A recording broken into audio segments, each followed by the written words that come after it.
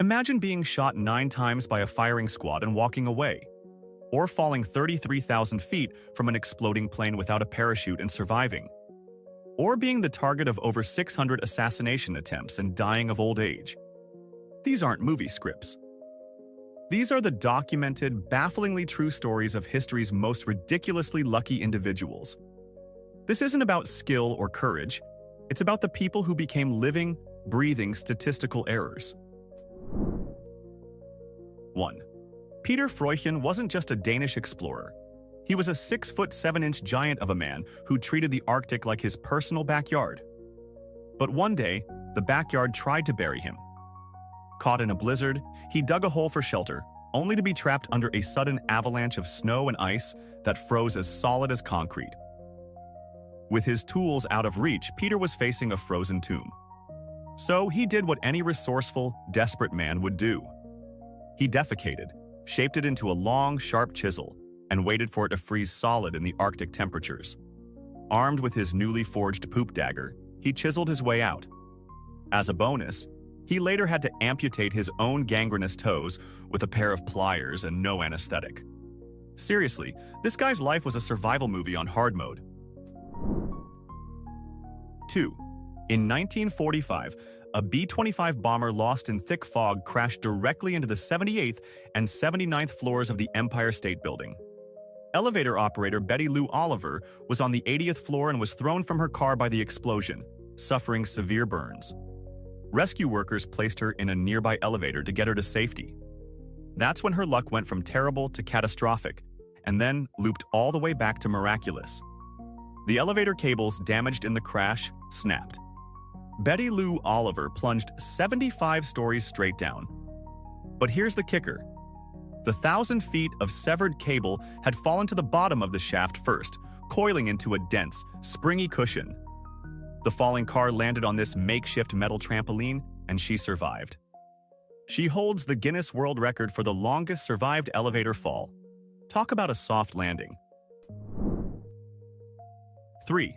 If you ever meet someone like Frane Selak, the Croatian music teacher, maybe keep a safe distance. This man was a walking, talking Final Destination movie.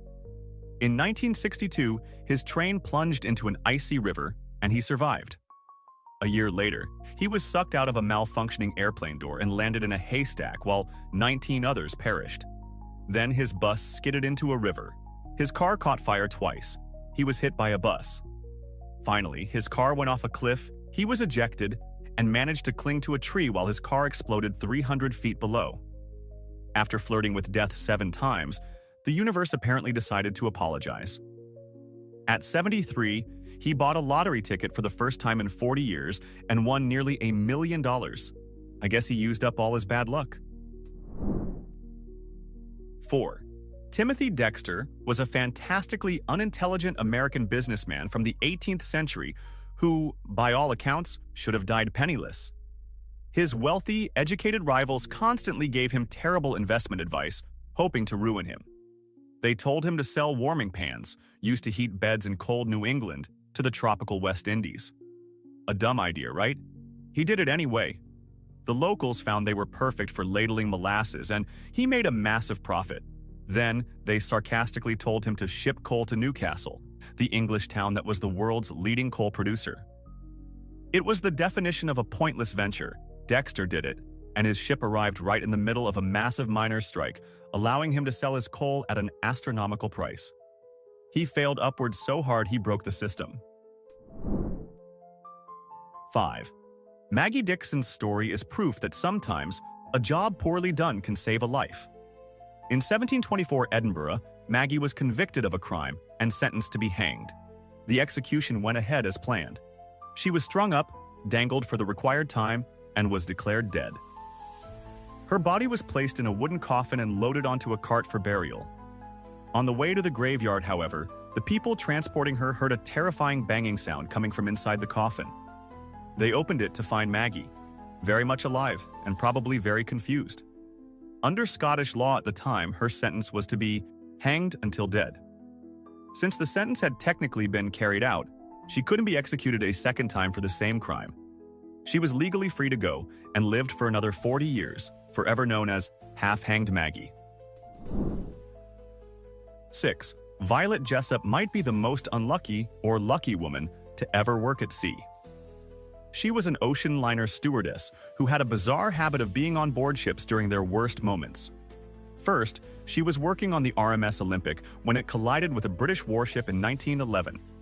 The ship was heavily damaged but limped back to port. A year later, she took a job on its brand-new sister ship, the supposedly unsinkable RMS Titanic. We all know how that voyage ended.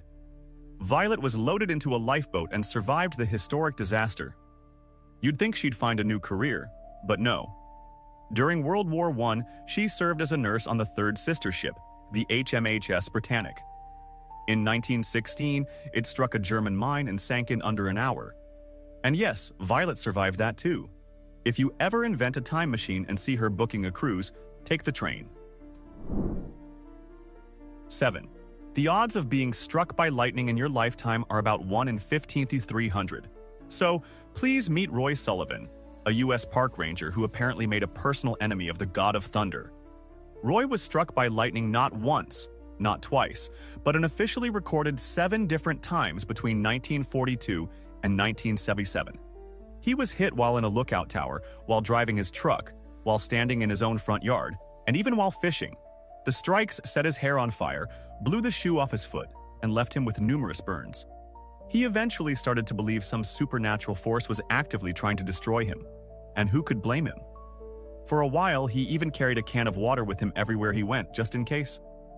They didn't call him the human lightning rod for nothing. 8. Of all the billions of people who have ever lived, only one person is officially confirmed to have been directly struck by a meteorite. Her name was Ann Hodges. In November 1954, she was taking a nap on her couch in Sylacauga, Alabama, when an 8.5-pound chunk of rock from outer space crashed through her roof. It smashed into her large console radio, ricocheted off it, and slammed into her hip. The impact left her with a massive pineapple-shaped bruise, but she was otherwise unharmed. Think about the cosmic odds. A fragment of an asteroid, traveling for millions of years through the void of space, ended its journey by giving a woman a nasty bruise while she slept. It's arguably the most targeted yet ultimately harmless celestial event in human history. 9. Imagine falling from a plane at 33,000 feet. Now imagine doing it without a parachute. That was the reality for Vesna Vulovic, a 22-year-old Serbian flight attendant in 1972. A suspected briefcase bomb tore her plane apart mid-air, and she plummeted towards the earth, trapped in a section of the fuselage. Miraculously, this metal coffin landed at the perfect angle on a heavily snow-covered wooded mountainside in Czechoslovakia, cushioning the impact just enough. She was found by a villager who had been a medic in World War II and knew how to keep her alive until help arrived. She woke up from a coma with no memory of the fall, and her first words were reportedly asking for a cigarette.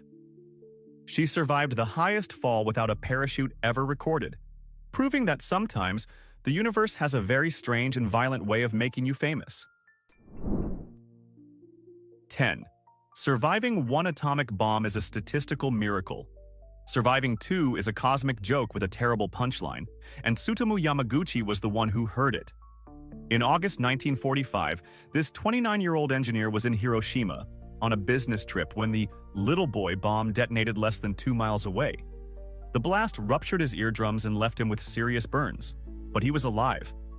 So, what do you do after living through a nuclear apocalypse? You go home.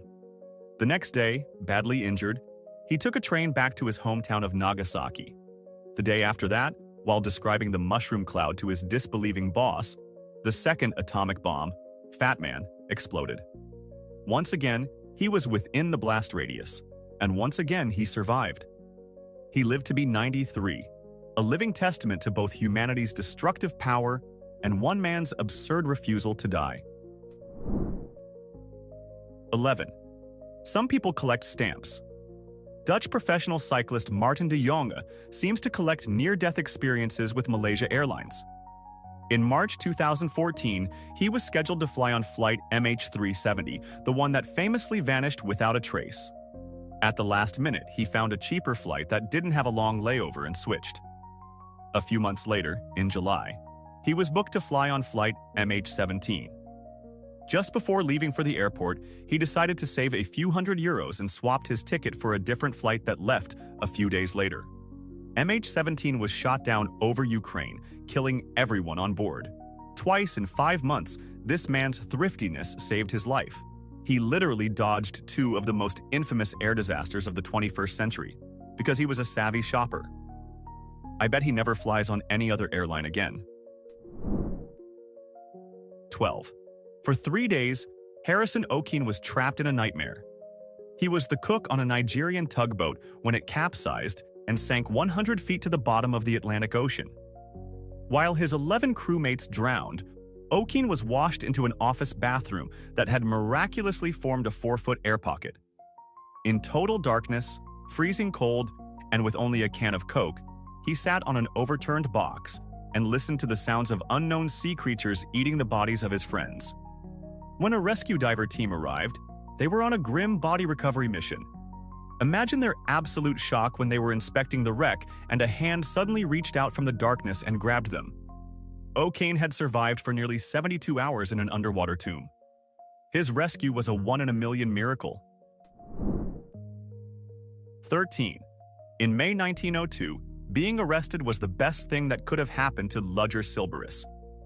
He was thrown into a solitary confinement cell in the town of Saint-Pierre, on the island of Martinique, for getting into a drunken brawl.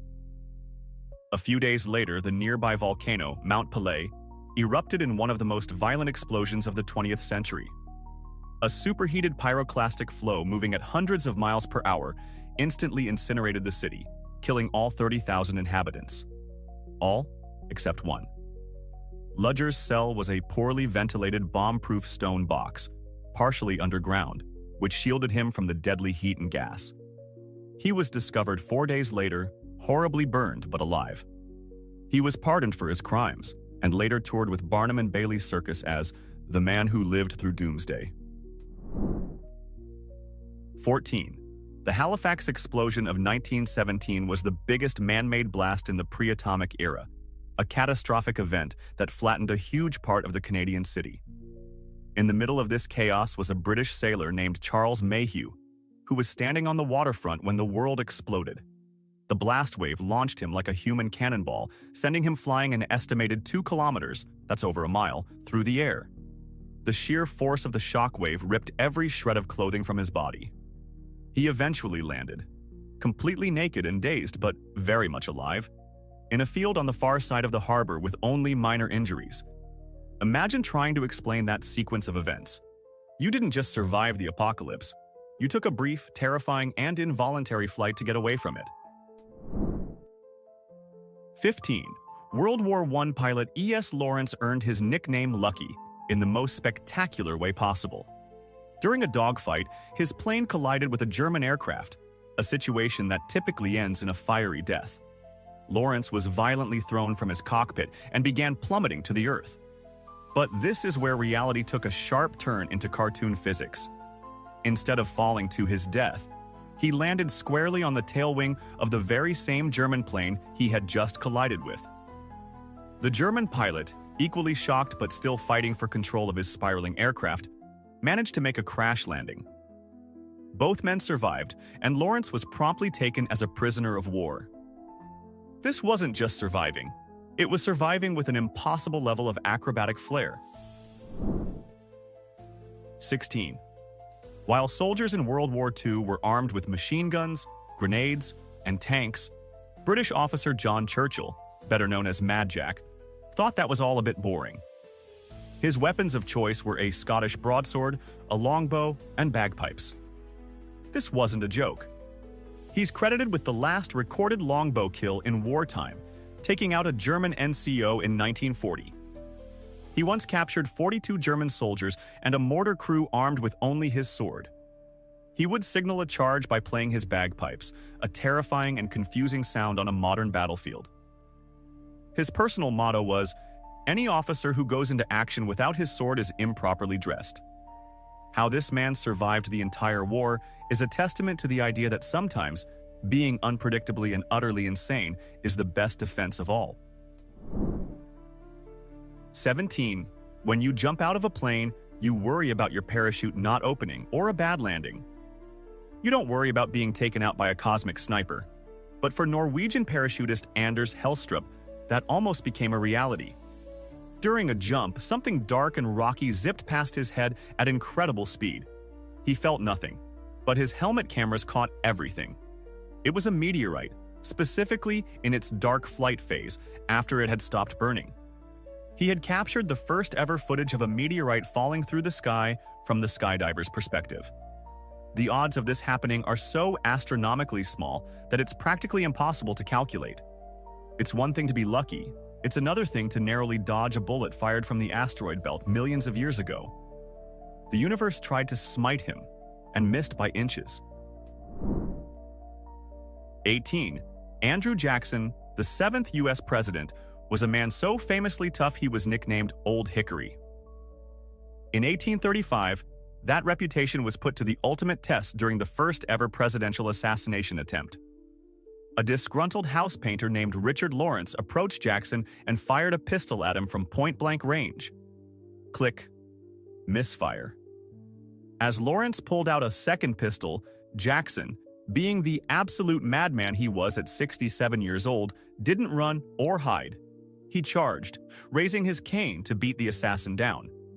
Lawrence fired the second pistol. Click. Another misfire. The odds of two separate properly loaded pistols misfiring in the humid weather of that day were later calculated to be 1 in 125,000. It seems even gunpowder was too intimidated to work properly in the presence of Andrew Jackson. 19. If survival were a competitive sport, King Zog, the first of Albania, would be the undisputed world champion. This man wasn't just lucky, he made a career out of dodging death. During his reign, he reportedly survived over 55 assassination attempts. That's not a typo, 55. These weren't distant plots either. In 1931, while leaving the Vienna State Opera, assassins ambushed his car. Zog didn't just duck and cover. He pulled out his own pistol and returned fire, helping his bodyguards fight off the attackers. He was a notorious chain smoker, reportedly puffing through 200 cigarettes a day, yet it was other people trying to kill him that was his biggest health risk. For King Zog, assassination attempts were less a threat and more a recurring annoyance on his daily schedule. 20. Surviving over 55 assassination attempts is impressive, but Fidel Castro looked at that number and said, "Hold my rum." According to his head of security, the Cuban leader survived over 600 plots and conspiracies to kill him, mostly orchestrated by the CIA. And these weren't simple attacks. They were a cartoonish catalog of failure. They tried everything: an exploding cigar, a fountain pen with a hidden hypodermic needle, a wetsuit dusted with a flesh-eating fungus, and even an exploding conch shell to be planted at his favorite diving spot.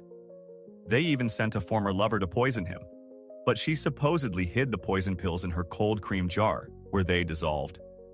It seems Castro's greatest defense wasn't his bodyguards, but the sheer, almost comical incompetence of his enemies. 21.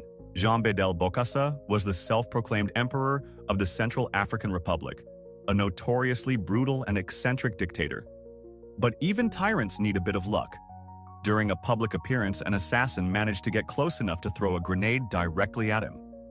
The deadly projectile was sailing through the air, about to turn the emperor into a red mist, when fate intervened in the most mundane way imaginable. A waiter, who was walking nearby, instinctively raised the metal serving tray he was carrying to shield himself. The grenade bounced off the tray, flew in a completely different direction, and detonated away from its intended target, saving Bokassa's life. His continued rule was secured not by an elite bodyguard, but by a piece of dinnerware. That waiter definitely deserved a raise. 22. In 1972, King Hassan II of Morocco was flying home on his personal Boeing 727 when his own Air Force tried to shoot him out of the sky in a military coup. Rebel fighter jets riddled the plane with bullets, disabling one engine and threatening to tear the aircraft apart. As the royal plane began to fall, the king realized that brute force wouldn't save him, but a massive bluff might. He grabbed the radio and, with astonishing coolness, shouted in the voice of a crew member, "The tyrant is dead! The tyrant is dead! Long live the homeland!" Believing their mission was a success, The rebel pilots stopped firing. They even saluted the dead king's plane by dipping their wings and escorted the crippled aircraft to a safe landing. He didn't just survive, he tricked his own assassins into being his honor guard. 23. Being a politician can be dangerous, but for Spanish Prime Minister Adolfo Suarez, the biggest threat came from a hunting trip with a friend. During the hunt, his companion swung his shotgun around to track a bird, accidentally pointing it directly at Suarez's head. The man fired. At that exact split second, a single, unlucky pigeon flew directly between the two men. The bird took the full force of the shotgun blast, instantly exploding in a puff of feathers and saving the Prime Minister's life. It was the ultimate case of being in the wrong place at the wrong time for the pigeon, and the absolute luckiest moment for Suarez. He was saved by a feathered bodyguard he never knew he had, a true Secret Service agent who made the ultimate sacrifice completely by accident. 24.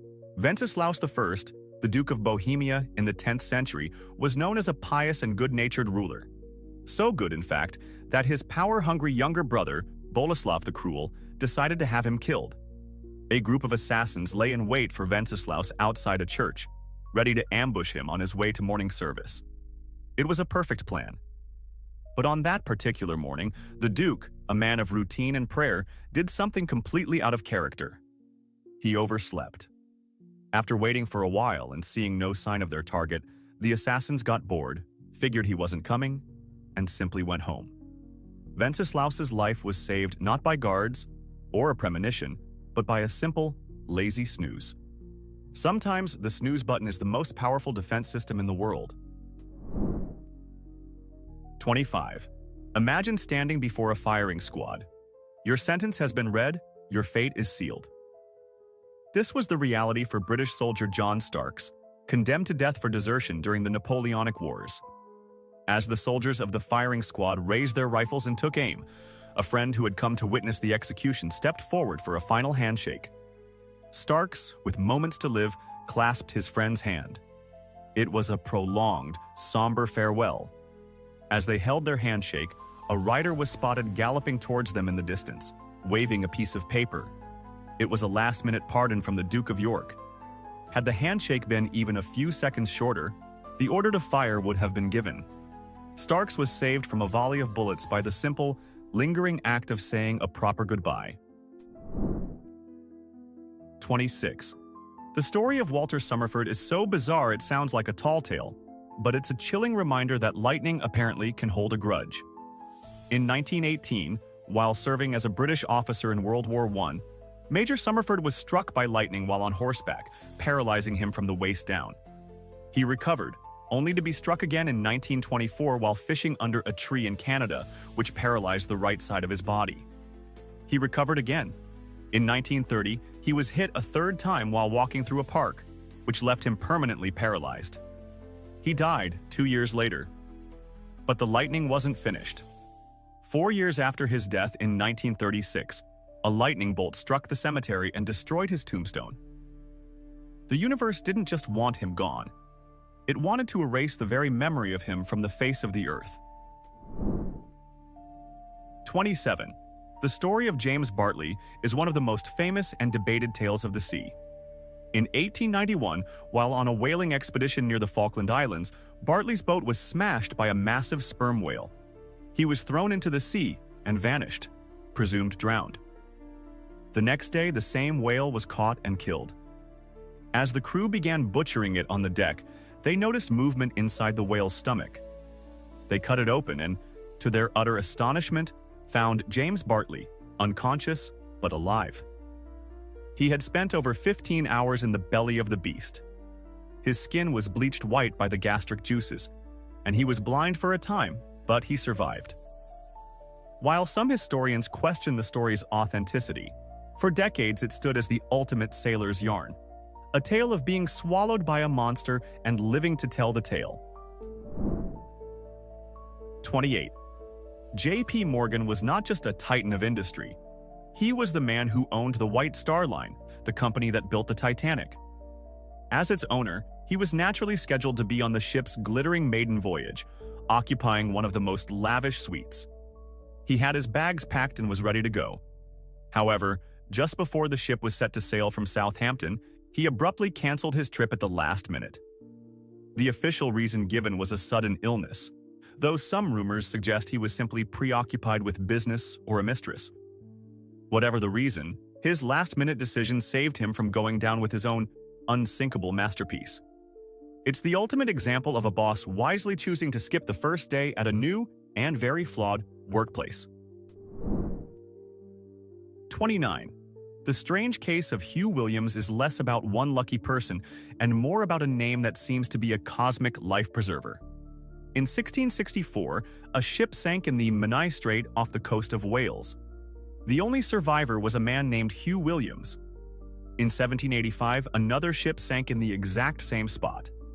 Again, there was only one survivor, and his name was Hugh Williams. Then, in 1820, a third vessel capsized in the same treacherous waters. Once again, everyone perished except for a single man named Hugh Williams. The odds of this triple coincidence are so mind-bogglingly small that it defies rational explanation. It's as if the sea gods of that particular strait had a strict policy. We will take the ship, but we're leaving Hugh Williams behind. 30. In the deadly backstabbing world of Roman imperial politics, being perceived as a fool was a death sentence. Unless you were Claudius. Plagued by a limp, a stammer, and various nervous tics, he was seen by his family, including the psychopathic Emperor Caligula, as a harmless, embarrassing idiot.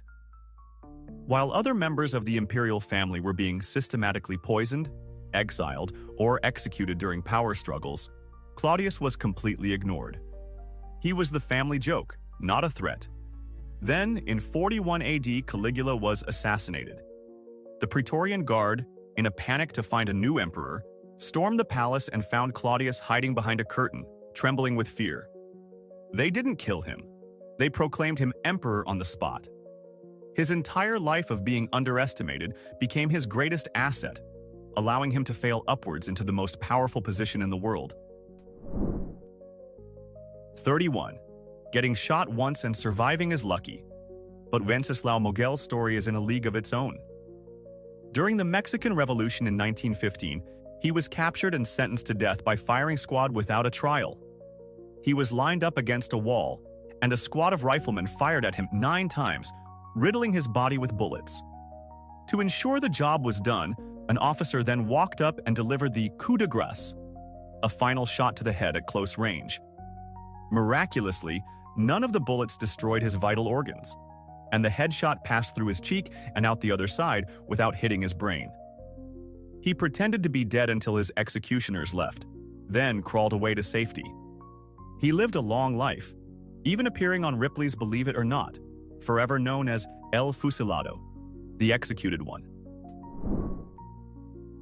32. In the 11th century, long before the Wright brothers, an English monk named Aylmer of Malmesbury decided he had figured out the secret to flight.